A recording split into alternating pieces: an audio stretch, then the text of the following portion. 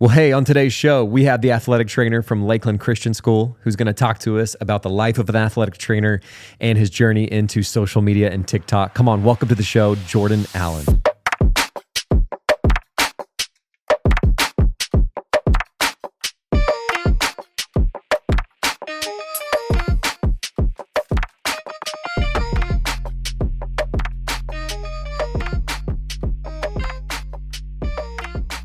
Awesome. Well, hey, Jordan, thanks for being on the show, man. Man, I appreciate you inviting me to come talk. I always love sitting down and chatting and kind of getting to know people better. And I always love having these conversations. For sure, dude. Well, we've been trying to plan this out for a minute, so I'm glad that it finally came I know, together. man. The good thing about being adults, you never know when the schedules can finally link up. But I'm blessed and happy to be able to finally get this conversation going. Yeah, it's the real deal is when you get to be an adult. Like there's all those memes where it's like, when can we hang out? Okay, how about August of next year? Like that's the real deal sometimes. It's 100%. Like I have a buddy and he was my best friend in college and he recently got engaged and I've seen him a whole bunch before he got engaged. And then he's like, hey, we need a double date so you can kind of meet my fiance before the wedding. I'm like, absolutely. And this was in August, and 2 days ago, my wife and I finally had dinner with him and his fiance. I'm like, hey, we finally got it done. Finally made it. Dude, I have a fantasy football crew, and now, granted, it has changed over the last year. Most of them are getting to the point, married and kids and all that. But Right. I think I might have been one of the first ones to be married with kids in that group. And just the things they would want to do or the times was just banana. You've probably seen those reels too or whatever where he's like, all right, when are we going to hang out? 9 p.m. like that. I got to tuck my kids in. What are you talking about? Well, dude, the trips, they'd be like, all right, everybody, we're meeting in Washington this year. And I'm like, what? I got to pay for plane ticket and a week away. I get an Airbnb with my kid. Yeah. How am I going to do that? So yeah, but it's a good place to be in, 100%. And my wife and I, we were also the first of our friend group to kind of get married and have kids. So we were kind of we're now kind of the godparents of the group where all of our friends are now having kids and being married. And wise ones. You can know all the tricks. Well, I don't know how wise, but yeah, we're the most experienced of the group for sure. That's awesome, man. Well, cool. Well, dude, I'm excited to chat and learn a little bit more about you, man. I know we've been gone to the same church for quite a while now. And you're actually from the area, right? Mm-hmm. You're born and raised Auburndale, right? Yeah, Auburndale. Lived here my whole life. The only time that I've been away from Polk County was for 2 years. Went and got my master's degree at Fort Hays State, Kansas, in Hays, Kansas, just for 2 years. And then my wife and I briefly tried to look for a job somewhere else. And my wife's like, let's go back to Polk County. That's where we need to be. Even though she's actually from England. My wife is from England. She moved here really? When she was 12. Her dad bought a business in Polk County, a pool cleaning business, and they moved here. And they've been here since. But she's like, let's just go.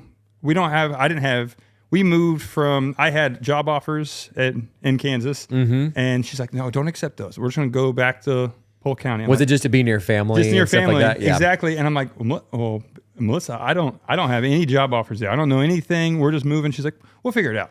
And she was right. And it was a blessing that a lot of things fell in my lap from there. But it just shows when my wife was reading God's call better than me and said, hey, it's good when you marry somebody that has good faith. Right, it helps me a lot because I need a little bit of a blueprint. I mean, I'm a little more edge of my seat on most things, but on big life decisions, I'm like, I need a little push sometimes. And she gave me that. And I'm blessed that I got back to Polk County. But yeah, I've lived in Auburndale until I graduated from Florida Southern College in 2012. Then moved out for 2 years, got back in 2014, and been working at Lakeland Christian School ever since. It's crazy. Yeah, that's actually when I moved to Lakeland was 2013 or 14 or sometime around there.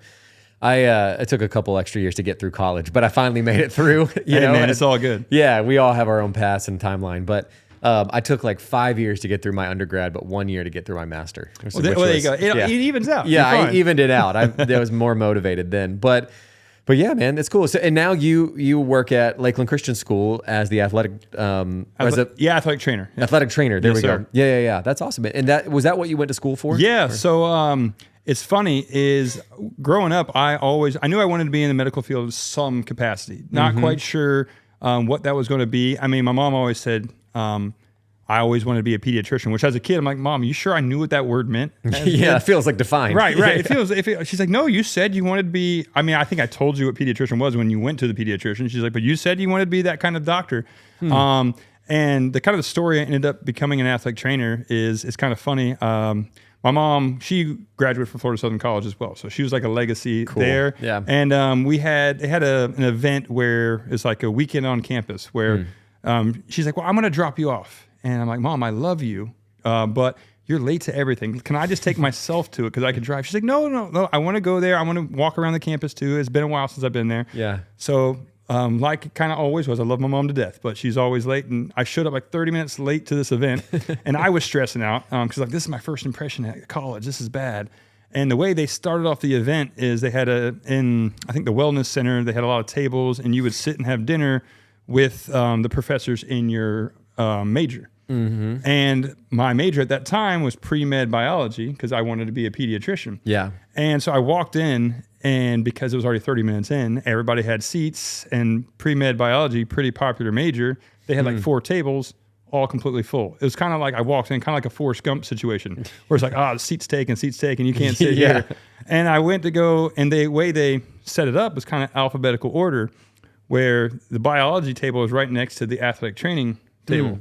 And there was plenty of seats there. And the program director was kind of like Jenny. He's like, well, you can sit here if you want. And she saw me walk in, and I sat down, and she said, well, correct me if I'm wrong. Are you a pre-med student? I'm like, yeah, I'm thinking I want to go into medicine. She's like, do you like sports by chance? I'm like, I love sports. I played soccer my whole life. She's like, welcome to sports medicine. This is athletic training. And literally, I changed my major right then and there. Wow, that's awesome. So that's another one of those things. And my mom, when I came back, she's like, oh, so how was pre-med? How'd you like it? I'm like, I switched my major. She's like, what? I'm like, well, you have yourself to blame. There was no seats open at pre-med. And but you know what? It was one of those things. And it's a cool story, though. Yeah. Yeah, and right from the get-go, it was a lot. And but I caught the passion of it right away. And not to say everything was sunshine and rainbows at that point, but I think that's a good kind of metaphor of God's plan. I had completely thought I wanted to go and be a pediatrician, but instantly I kind of felt that call, like, hey, this is what's meant to be. Let's try it out. And there was a lot of times I walked into that same program director's office saying, hey, I'm quitting this. Like, I don't want to do this. It's too much work. Like, all of my friends, they would have 2 or 3 classes a day, go to the dorm room and relax. I would have classes and then do, 10 service hours a day with sports teams. Like they pretty much paired us from freshman year on with a sports team at the school. And if they worked out, we were there at every workout, every practice, but it helped develop. Yeah. Aren't you so glad now that you did that? I'm so, because it's easy now. Everyone's like, Jordan, how do you handle the hours? I'm like, the only real difficulty now is balancing that with family. Sure. But I was able to realize that, and I enjoyed it, and I was able to match the passion with just enjoyment, and it didn't seem bad at all. Yeah. Dude, I remember being in college and being a part of student leadership when I was down here in Southeastern, and plenty of times being like, I don't have to do this. Like thinking to myself, you know what I mean? Like I could just like be the normal college student and I can just like go to class, come home, do what I want to do, not have to do all these extra hours and meetings and all that kind of stuff. And I'm glad now looking back. I don't think I ever got to the point where it's like, seriously, okay, I'm quitting. But I'm so glad that I just stuck with it, because that's sort of like going through the fire, going through the training helps you so much in so many different areas of life. The time management, it allows you to see how much you can accomplish and still do well, and know your limits too. Yeah. Because there's a lot of times like I would have to, and I thought I was sacrificing hanging out with friends to do things. But I was able to realize, and especially now as, a married man with 2 kids, I was able to prioritize certain things and know when to, take a step back from certain responsibilities and just know how to balance that better. It really, I was 18 having figured that out already. And it felt like it was overwhelming at first. And that's kind of what my program director told me. She's like, listen, a lot of people learn these lessons after they graduate college. And it's harder. And it's hard. Exactly. Yeah. And she gave me a really good metaphor. She's like, college, and she's like, what we're trying to do is give you a taste of this profession, but like with training wheels. She's like, we're pushing, but you've got something to fall on. She's Yeah. like, but if we, in a lot of times, if we didn't do it like this, when you graduate, you're just getting pushed with no training wheels. Yeah. So I'm like, you know what? That's good. And it helped that every time I went into her office saying, I don't know if I can do this anymore, she would then say, well, you know what? Let's go to lunch. And she'd take me to lunch. And like as a college student, I'm like, oh, free lunch. Perfect. Let's do that. Yeah, I'll take that. So maybe that's Yeah. why I went in her office a couple more times. But it saying helped I was out. gonna leave. Yeah. But it worked great. Yes, sir. For sure, man. Dude, I love that. What you said there too is like learning that lesson early on. Like I feel like I'm a big advocate. You know, my boys are still little. They're 2 and 4.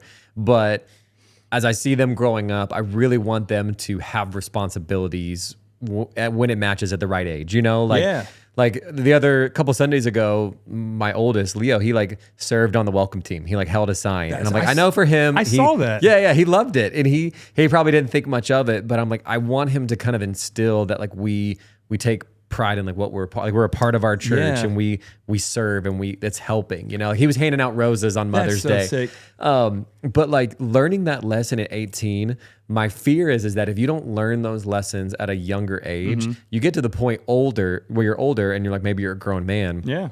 And you don't know how to really separate, okay, what's more valuable in my life and how do I weigh that out? And it can be detrimental to your marriage, to your kids. If you think that, okay, my career and me making money is the most important thing, and like spending time with my kids is like not, it can really do some damage. And that's one thing that it was really hard with me, because growing up and even in the profession I'm in, I'm a yes man pretty often. And especially when I was kind of I finished my master's degree, and my first job hired out of my master's degree was Lakeland Christian. Like that's the only job I've held outside. It's pretty cool to have been there still. And I love that. And I didn't necessarily intend on that being the case, but I got lucky. And people say, Jordan, you know, what's your dream job? I'm like, I was blessed to get it right off rip. Like, that's cool. I was blessed to have that right off rip.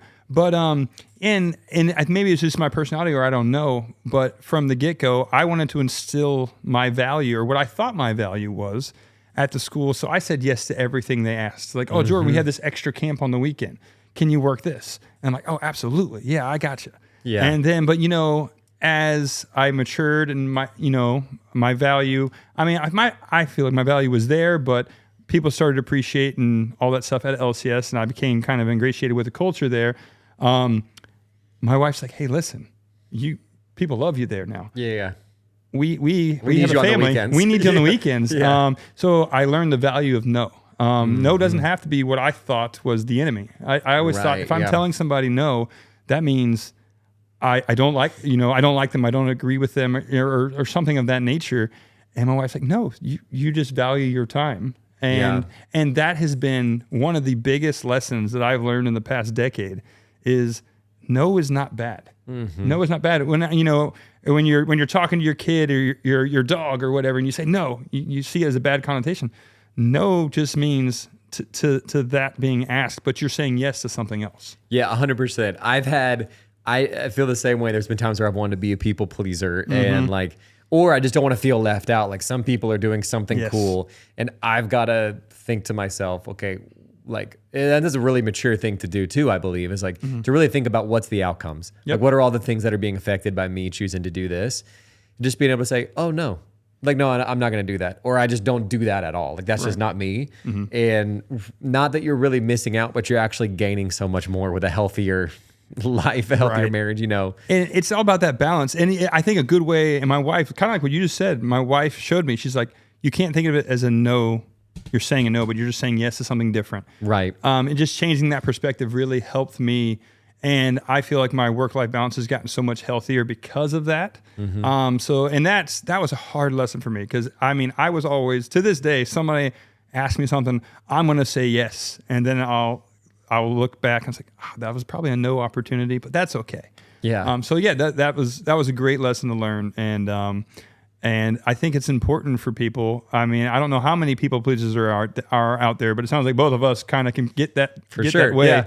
And I'm just glad that I still say yes, probably more than I say no, but the percentages have got closer. Yeah, but we're always growing. Right. Yeah. Yes, sir. Well, dude, I can imagine knowing you the way, like obviously knowing you for quite a while here too, and obviously knowing that you are a Christian and like, well, obviously working at a Christian school. I can imagine that what you do there for like the athletes at the school has also partially become a little bit of like a ministry for you too. 100%. And what I loved about it when I first started in my athletic training, profession, as a student and then moving on to my master's degree, I never thought I was going to get to mesh those two parts of my life together. Yeah. I never thought I was going to get to mesh my profession where I am helping individuals, when they're hurt, injured, helping them through that really low time when they have an injury, especially at, an athlete that's their identity is in a sport. And then that gets taken away for an indefinite amount of time. And like a senior year, right? Senior year, wanting to get scholarships, exactly. Yeah, it's tough. And it's just as much of a kind of a mental thing as it is a physical thing, going through that rehabilitation process with athletes.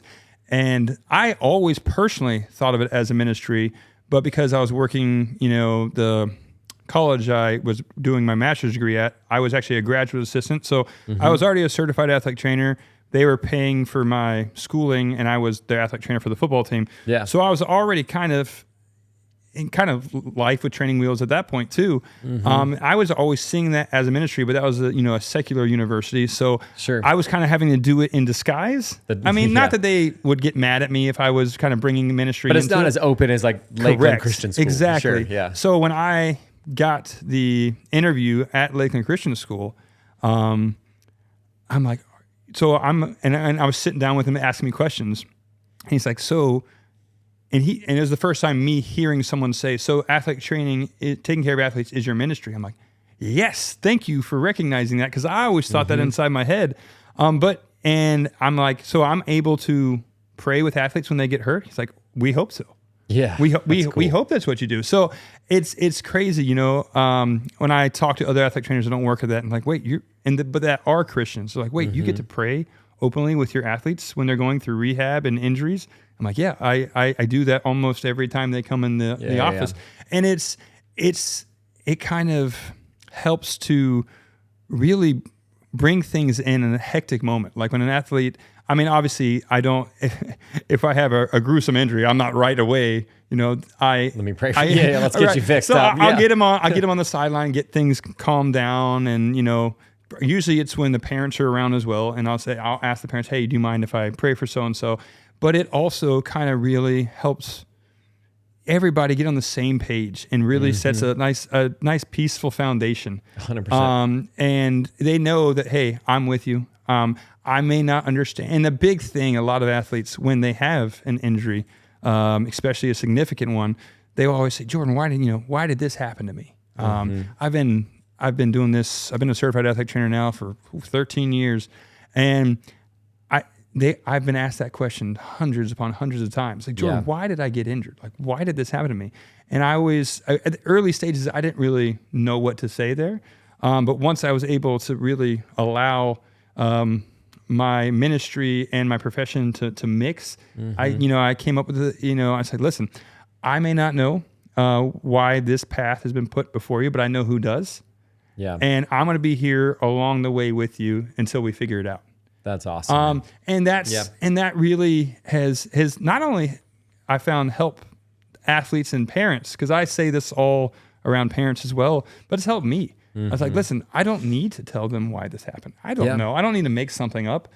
But sometimes I'll say, you never know if this injury happened to get you off the field to prevent you from something else worse happening. We don't know. 100%. But even just the impact that prayer obviously like. In both scenarios, like at that stage of life, but also in that season where you just feel like, man, you just lost a lot. Like I think we've talked about this before. I was a school teacher for like a couple of years, and like we kind of dealt with like students who were kind of, for lack of a better term, it was like second chance. Like they got in a lot of trouble at their last school. This was where they were going to try to work through the system to get back to their school, and a number of different things. And I just remember our school wasn't Christian, but the principal or whatever, for like lack of a better term, was. And he was like, you can pray if you want to. I'm not gonna report you or anything like that. So I'd do that with a number of my students. I just remember one, like I remember he knew his life was rough, living in, definitely in poverty.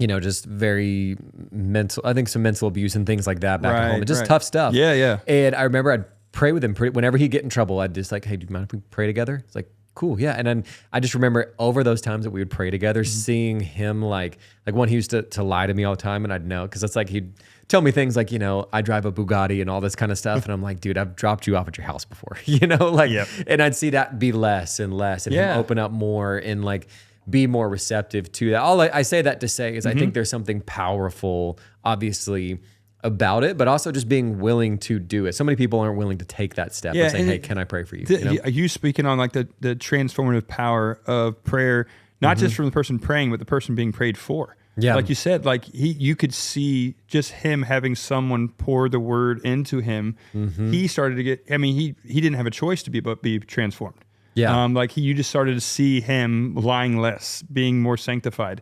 And certainly, it's awesome to see, even at a Christian school, to get into LCS, the mission of LCS is, you have pastor references to get there and all this stuff, but that doesn't mean they all go regularly. There's ways around those things, but for sure. Yeah. And those kids, that doesn't mean they go to church every week. That doesn't mean they go to youth. That doesn't mean they go every Sunday. It doesn't mean their parents do.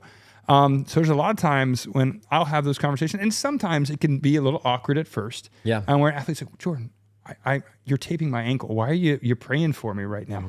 Yeah. And it's not something that is every single time, but it's pretty regularly that I'll do it. And to see they become more accustomed to it. And it's so awesome when then I see, I had a really cool story a couple of years back that I teach at Lakeland Christian. I also teach a sports medicine elective where I have my juniors and seniors that are kind of interested in sports medicine and adjacent professions, whether it's physical therapy, occupational therapy, athletic training, or even orthopedics or anything in sports medicine. They'll take that elective just to kind of see, hey, let's do a little trial so I don't waste 2 years in college trying to figure out what I want. And I had a couple of my soccer players that were in that class, it's about 3 or 4 years ago now, that we had just gone over, if someone's cramping, how to relieve a cramp in class, and a lot of people like to stretch it. I have this method where actually, primarily it's calves most times. Yeah. And I have this method where I actually push the calf together and you kind of unlock the muscle and it relieves the cramp. And I taught it to them, I think, on a Tuesday. And I got a call from the soccer coach because they had an away game. I work all the home games. There's just so many home games. I can't really travel. Yeah. And I got a call from the varsity men's soccer coach. He said, Jordan, I got this really cool picture sent to me after the game today. We were away. I forget what school it was at. And it was a player on the other team, the opposing team, went into calf cramps in both calves. And my two guys on the team ran over. This team was smoking us. They were beating us 3 or 4-0. Yeah. And it was getting towards the end of the game where we were probably hectic or whatever trying to score. And our two guys, they stopped what they were doing. They ran over. Cool. And they said, all right, flip on your stomach. And they started doing the maneuver and relieved it. And the parents of the kid from the other team took pictures.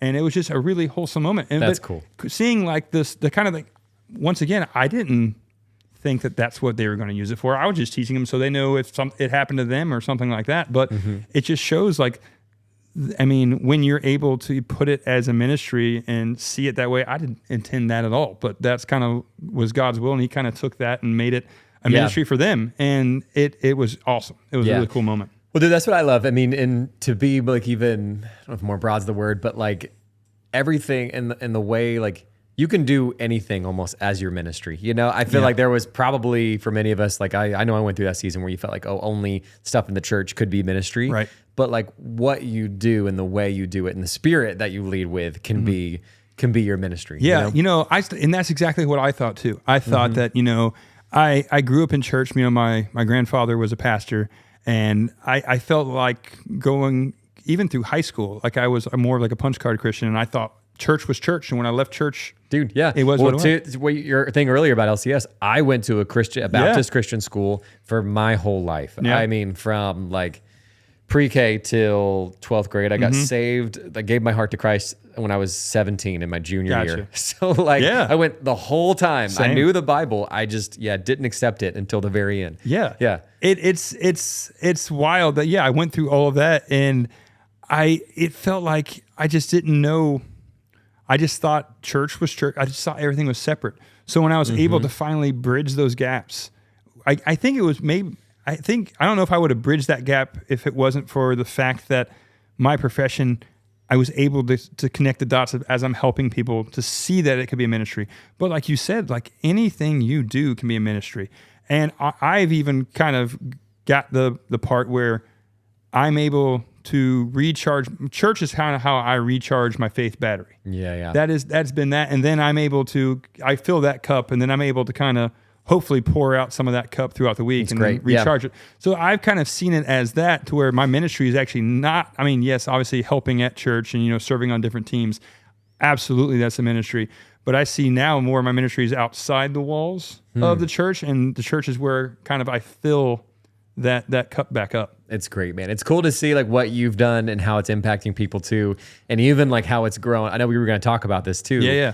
You've gotten a little bit of a following now on TikTok, right? Yeah, man. Yeah, from this. It's so wild. It was so wild kind of how all that happened. I am, I'm maybe like the least tech savvy millennial there is in the world. Like every time I'm around family, they're like, "Oh yeah, you know all about technology." I'm like, "I really don't." But yeah, I've created some videos on TikTok. Doesn't mean like I know it all. Right, exactly. Yeah. But yeah, my TikTok story was kind of funny. It was coming out of COVID, and everybody was bored in COVID, and I kind of knew a little bit about TikTok, but I didn't have one.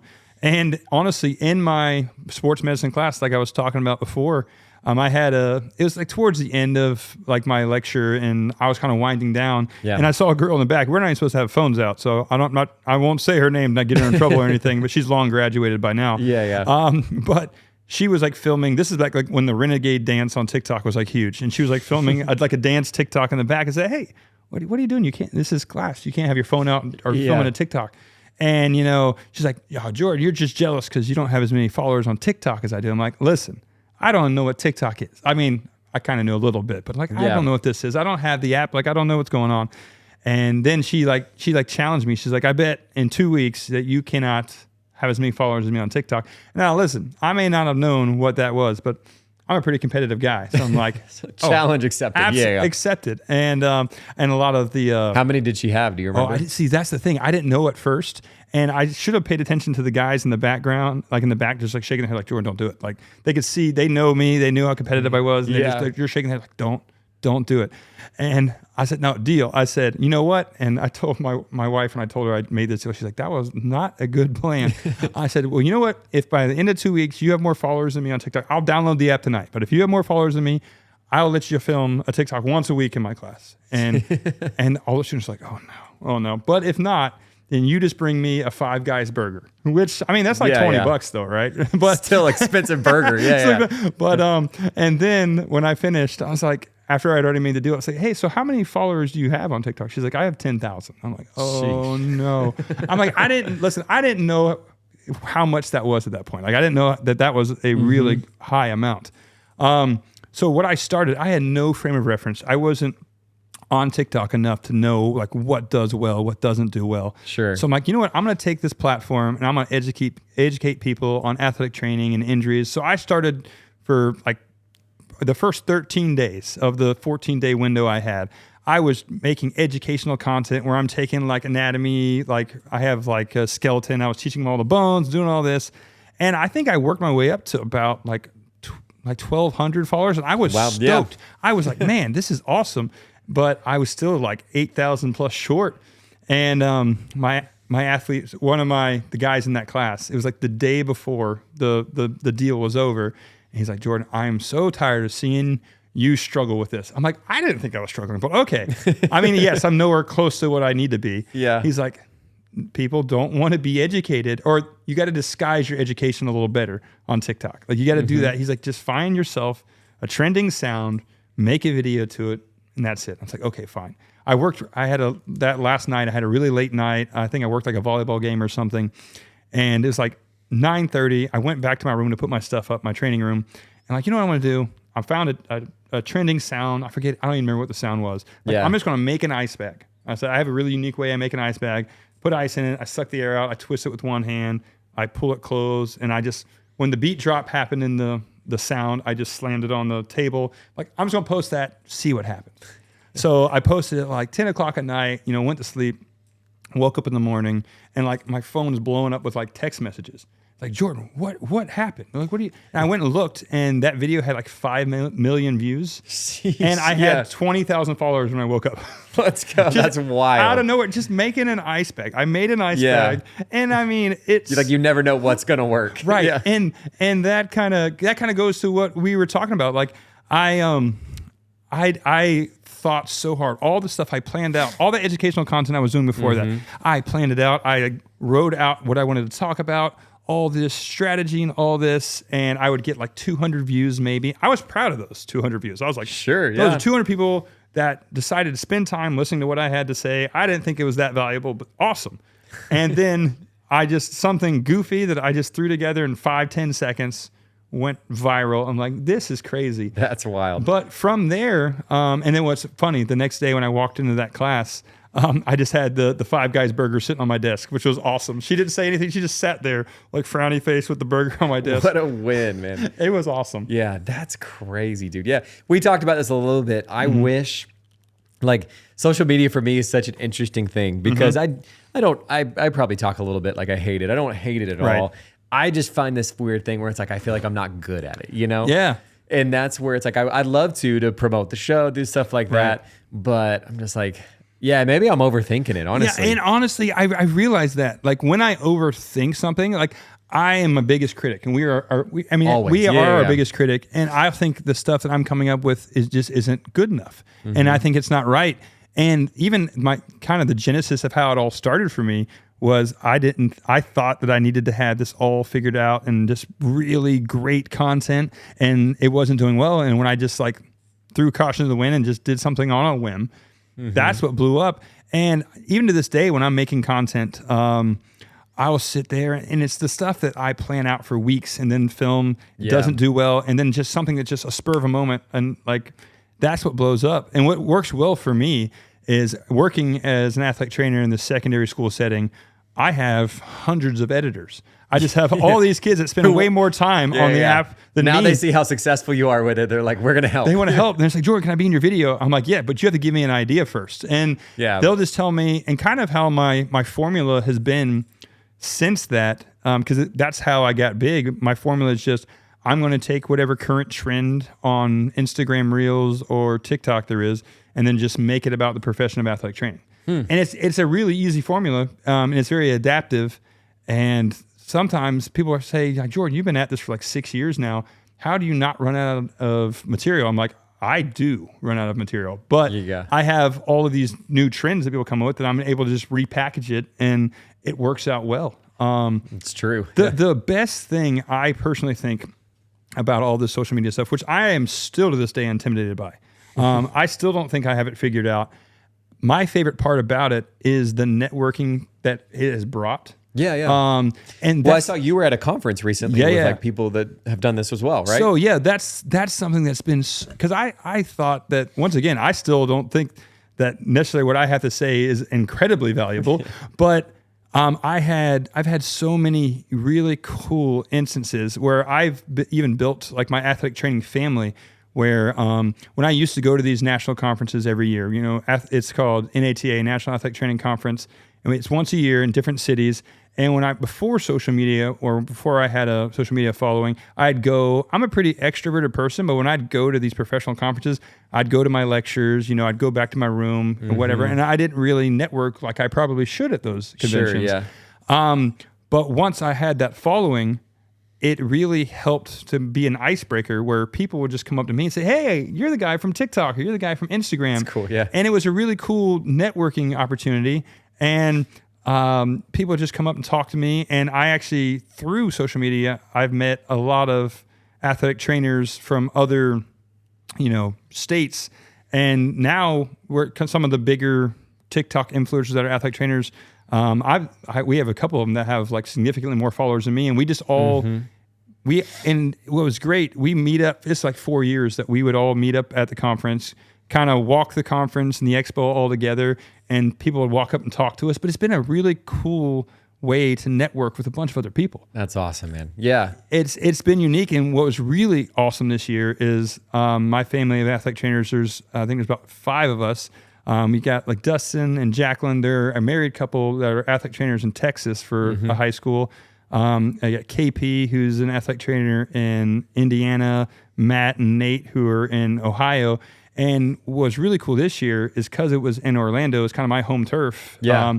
I had them all come in a little early, and we stayed a little late, and we actually all went to Disney together with our families. Like, our families came in after, so our kids were all there. And it was just a really holistic moment. It's cool. That kind of all came from my networking on social media, which I was intimidated by at first. So it's something that, but it's brought people together too, Right. and I think that's a huge thing. Like, there are a lot of professions out there, like probably like yours, like where you could easily not connect with anybody that Right. does what you do. Yeah. And to have people that are also doing similar things, and to hear like, you know, their successes, their losses, and like learn from each other, it's a huge win. And it's awesome. Like, they really have become like my family. Like, we have group chats and all that stuff that daily we are bouncing ideas off of each other. That's like, cool. As a secondary school athletic trainer, we usually, especially in Florida, like in Polk County, there's not many full-time athletic trainers at high schools. Like, I'm one of very few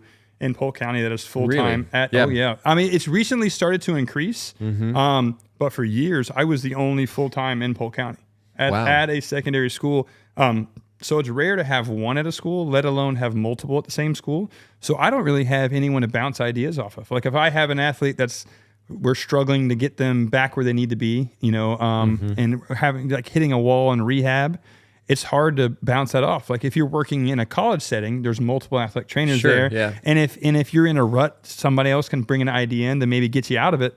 But from this networking, I now have, you know, 3 other high school athletic trainers and 2 college athletic trainers that I can bounce ideas off of, and vice versa. Because we all have things that we're really good at and things we're not as good at. And we just have like a sounding board where we say, hey, I'm struggling with this. And it's like, oh, you know what? I had the same problem, but I found this worked. And it's helped so much. But so, like you said, for years, I was attending, I was doing what I was supposed to, getting my CEUs, learning more stuff, but I wasn't getting the full experience of it. Yeah. And it's to see the avenues for network that it's opened up has been amazing. Well, even it's cool to hear, like, what I see is like the pathway from, like, obviously you caring about what you do there at LCS and for the students, and doing this like silly challenge that grew your audience there, and now has in turn basically connected you with people who can help make you better for your students. It all kind of comes back to that. It's a big circle, and it's been awesome. And to see how, like, and it's awesome because the athletes love it too. Like, the athletes will come to me, and sometimes I'll feel like I'm getting burnt out. Like, I'm trying to produce content because, like, the more you push stuff and it just keeps you on algorithms. It's a science behind it. It's hard it's hard to understand. So sometimes I'll get in a rut, and they're like, Jordan, we haven't seen you post a video in a while. Here's some ones. Let's do this. And they hold me accountable. It's like, Jordan, it's helpful. I saw you losing followers. You need to pick it up. So they're on it for you. They're on it for me. Yeah. And it has been really cool. And the avenues that it's opened up for me, like just picking up, like, I never thought that I'd get like sponsorships for things. And that's wild. Like, this is now year 4 of me being like a Gatorade performance partner. Like, that's awesome. Captain. Like, I still remember when I first got like an email from them to be like for them to sponsor me. I was like, I thought it was like junk mail. I thought it was like spam mail on my email. The only reason I even you checked where the actual email was. Well, like, where mine was from? just because Google started. You know, like how Gmail will have like a star next to important stuff. Sure. I'm like, why did it? Because usually I get a lot of stuff from Gatorade. It's like, hey, check out this packet. You know, just Gatorade supplies that you may need for your upcoming season. I just thought it was that, and I saw there's a star next to it. I'm like, what is this? And I opened it up. It says, hey, we've seen your social media following. We love what you stand for. We would love to maybe talk, you know, have a Zoom meeting and talk to you about maybe partnering with you and doing some content together. I was like, what? This can't be right. This can't be right. And then I said, I just messaged back. I showed it to my wife. She's like, it might not be, it may be spam, or it might be real. Just entertain it. And I said, yeah, I'd love to Zoom. Let's talk. And then instantly I got sent an invite for a Zoom call, and that turned into them saying, yeah, we love it. We're going to send a contract over. I'm like, what? So it just was all surreal. And they've invited me to speak at these conferences on behalf of Gatorade now twice. And I'm like, this seems so surreal to come from something that's just as goofy of a start as it had, for it to be able, and it just shows that, like I say to my athletes, I may not know why something's happening. I may not know the plan, but I know who does. God has that plan. Awesome. And for him to be able to make from the funny, goofy thing that I probably should not even have done, the challenge I should gave to my athlete that I probably shouldn't have done, God was able to turn that and use it, even something just as, just juvenile as that. That he was able to mold and blossom into something amazing was cool. It's awesome, man. It's cool. I know we'll wrap up this episode here soon in a second, but to see it's cool to see someone who, like, obviously when you have a passion for what you do, like putting so much care into it because it's blessing and helping people. Right. Like, I feel like that's what I hear so much about, like the reason behind the, now with this audience of why you're going after it and growing like yourself for this career is because ultimately it's helping students and it's helping people that may be in like a difficult time to bounce back, Right. And yeah, no, you're good. And it's something that because I wanted to be in, like I said, I wanted to be in the medicine field, but when I played sports, I had all the injuries. Like we didn't have an athletic trainer at my high school, at Arbondale High School. And I tore both of my ACLs. I broke a lot of bones, and I didn't have that person, that confidant, that someone walking through it with me. And that's not to be a pity party on me. That just wasn't the standard back then. That wasn't kind of how things were. If I needed to tape my ankle, I taped my own ankle. That's just how it was. Sure. But so to be able to give to athletes that, and in the past 5 years, I've really been trying to advocate that every athlete, I don't care the age level or whatever, they need to have someone like that, whether it's youth sports, whether it's middle school or high school. If you look at professional sports and college sports on a sideline at any given time, like in the NFL, I looked up the stats. In an NFL game at any given time, there are 55 professional healthcare workers at a game. That's wild. At a high school football game in Central Florida, especially Polk County, if you have one, that is kind of rare. Yeah. Well, what's cool about what you do too is like you're helping students at a time where it probably feels like it's easy to give up on hope. Right. To like still have hope of like, oh no, like you can get through this. And that dream of like going off to play. Like I played soccer all through my life, like up through high school. And in high school, I fractured my spine twice. Oh wow. Like, well, in two spots, not at the same time. Right. And it was like tough. I was like in like a brace for a long time. And I think it was that point we definitely didn't have an athletic trainer. It was a pretty small school. I graduated with like 19 people. Oh, wow. So pretty small school. Yeah. Even small for us. Yes. Yeah. And so like, I just remember, I don't know if maybe I would have gone and played in college, but I think I just kind of gave it up at that point where I was like, all right, this is probably, I guess, not going to be for me. But to have somebody like that to say, hey, no, you could still do this, to give like, put wind behind your sails. Right. Huge thing. What I try to do, and because I spend a lot of time with these athletes, like, especially the ones that are going through long-term rehab, especially after surgery, like I'm seeing them every day of the week for months, and I'm spending an hour to 2 hours with them a day.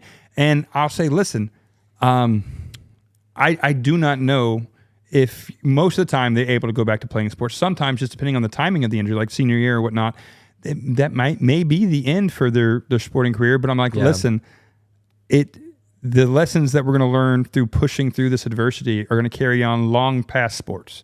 Whether you're, I've had athletes that have gone to play professional sports, and I've had those that my favorite thing is now I have, I think, 4 athletes that have had significant injuries with me that have then gone on to be athletic trainers or physical therapists. That's cool. And they said, this injury helped me to see that this is actually something I would want to pass on. And I always say an athlete that has a significant injury, specifically like an ACL injury, by the time they finish rehab, it's almost like they've got their AA degree in physical therapy and athletic training, because the amount of knowledge so much, and time they have to spend going through it. So it's just cool to see how God's able to take that, that valley, that valley and transform it into, whether it's transforming that athlete to continue their ministry of athletics, or if it's to move them on into a profession or something else. It's just cool to see that journey that the athlete goes on through that recovery process. I love it, man. Well, hey, with 1 more minute left, I do want to roll out the red carpet for you for maybe somebody who's listening to this, doesn't follow you yet, or would love to follow along with the journey. How can they just get connected with you, I guess, on the socials? Yeah, absolutely. I appreciate that. So my social media on both TikTok and Instagram, those are kind of the only two. I get overwhelmed by too many different things. I tried a bunch of other ones, but those are the main two I kind of go with. The handles for those are at LCS Athletic Trainer. So I kept it the same for both. But yeah, if you go on there, what I like to do on those channels is kind of bring a lighthearted side to athletic training, whether it's like doing funny like athlete stereotype videos, or kind of even making fun of athletic training at the time. I just bring a lighthearted side to it. I do educate a little bit there, but just kind of allowing people to see what the field of athletic training is like. So yeah, if you check out, I'd love anybody that come along, and if you ever have any questions, I'm pretty active on responding to messages from people. And I love seeing, I actually got to meet at this last conference. Some people said, hey, when I was in high school, you kind of exposed me to athletic training, and I chose to go into athletic training, seeing those videos. And now it's been 6 years, and they're certified athletic trainers meeting me there and said, you got me into it. I'm like, this is crazy. That's cool. But yeah, so yeah, I would love to see anybody come through that. But yeah, at LCS Athletic Trainer. And I appreciate you having me on, man. Of course, man. This was a lot of fun and very encouraging conversation, and we'll have to do it again sometime. Absolutely. Appreciate it.